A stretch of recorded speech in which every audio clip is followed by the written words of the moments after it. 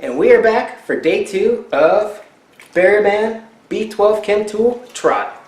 If you didn't see yesterday's video, I'll put a link up at the top. It was a complete fail. I tried to use it with my mower. I figured I'd put some gas in, slowly put more and more, and find out where that choking point is.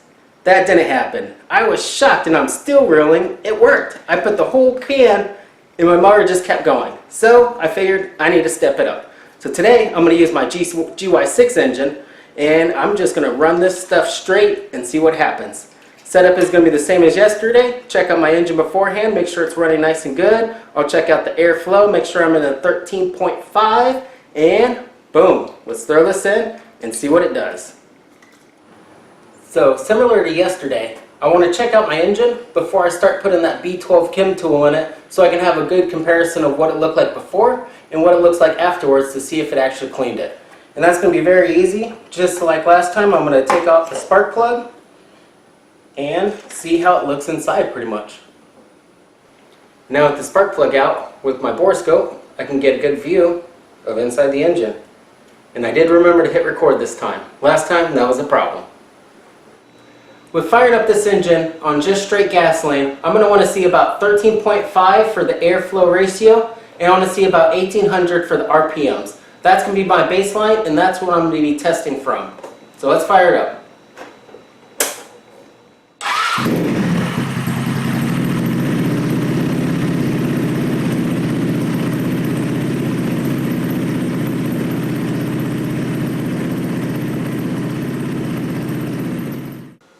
Now that I got a baseline of what the engine's doing before the B-12 Chem tool, I'm going to go ahead and add into this little cool funnel system that I have running right into my carburetor and see if the engine still runs. I got a camera set up. It's going to record the airflow ratio right when I start it up.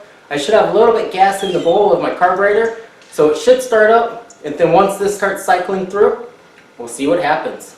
So let's do it. I'm excited.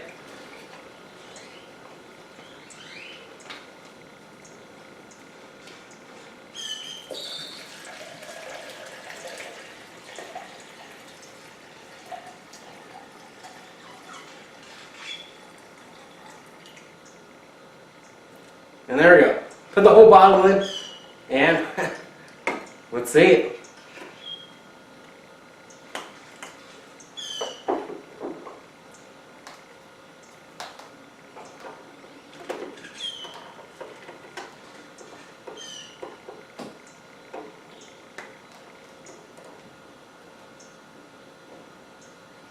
Alright, take 2.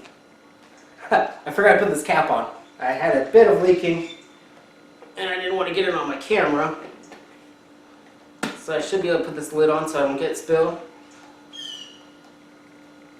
I got it flowing, and I'm ready. Let's do it.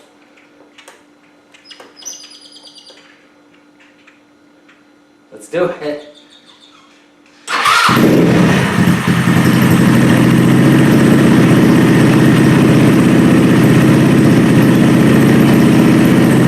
Alright, so it's running on the gas right now. Any second now, it should switch over to that B-12. And I'm going to just keep it running. And I'll push it down a little bit so you can see it.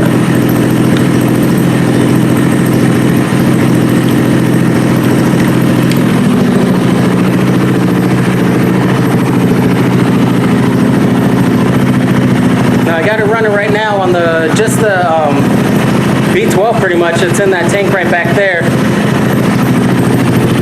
I'm already seeing from my airflow meter that it is running very lean, and it is not happy. You can hear that engine.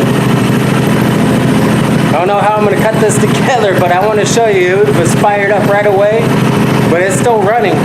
We'll see how much it takes.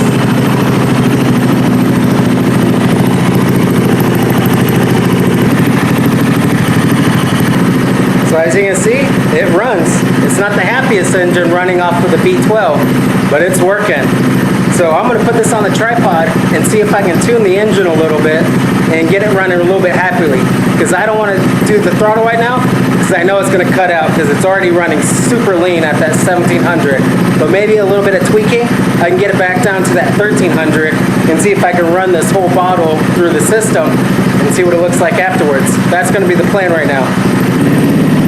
Engine's already liking it. Hopefully you can hear me. I had to tweak the carburetor a little bit, but the RPMs came up and the airflow came down to 1500.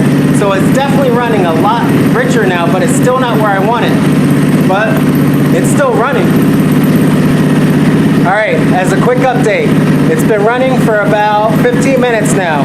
It's gone through about half a bottle of the B12, and airflow is about 13.5, 1400. That's right.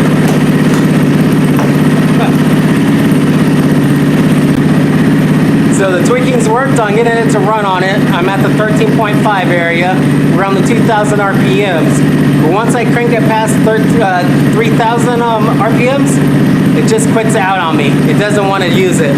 So yes, their engine can run, but are you going to be running down the street on this stuff? Just a straight bottle? Probably not.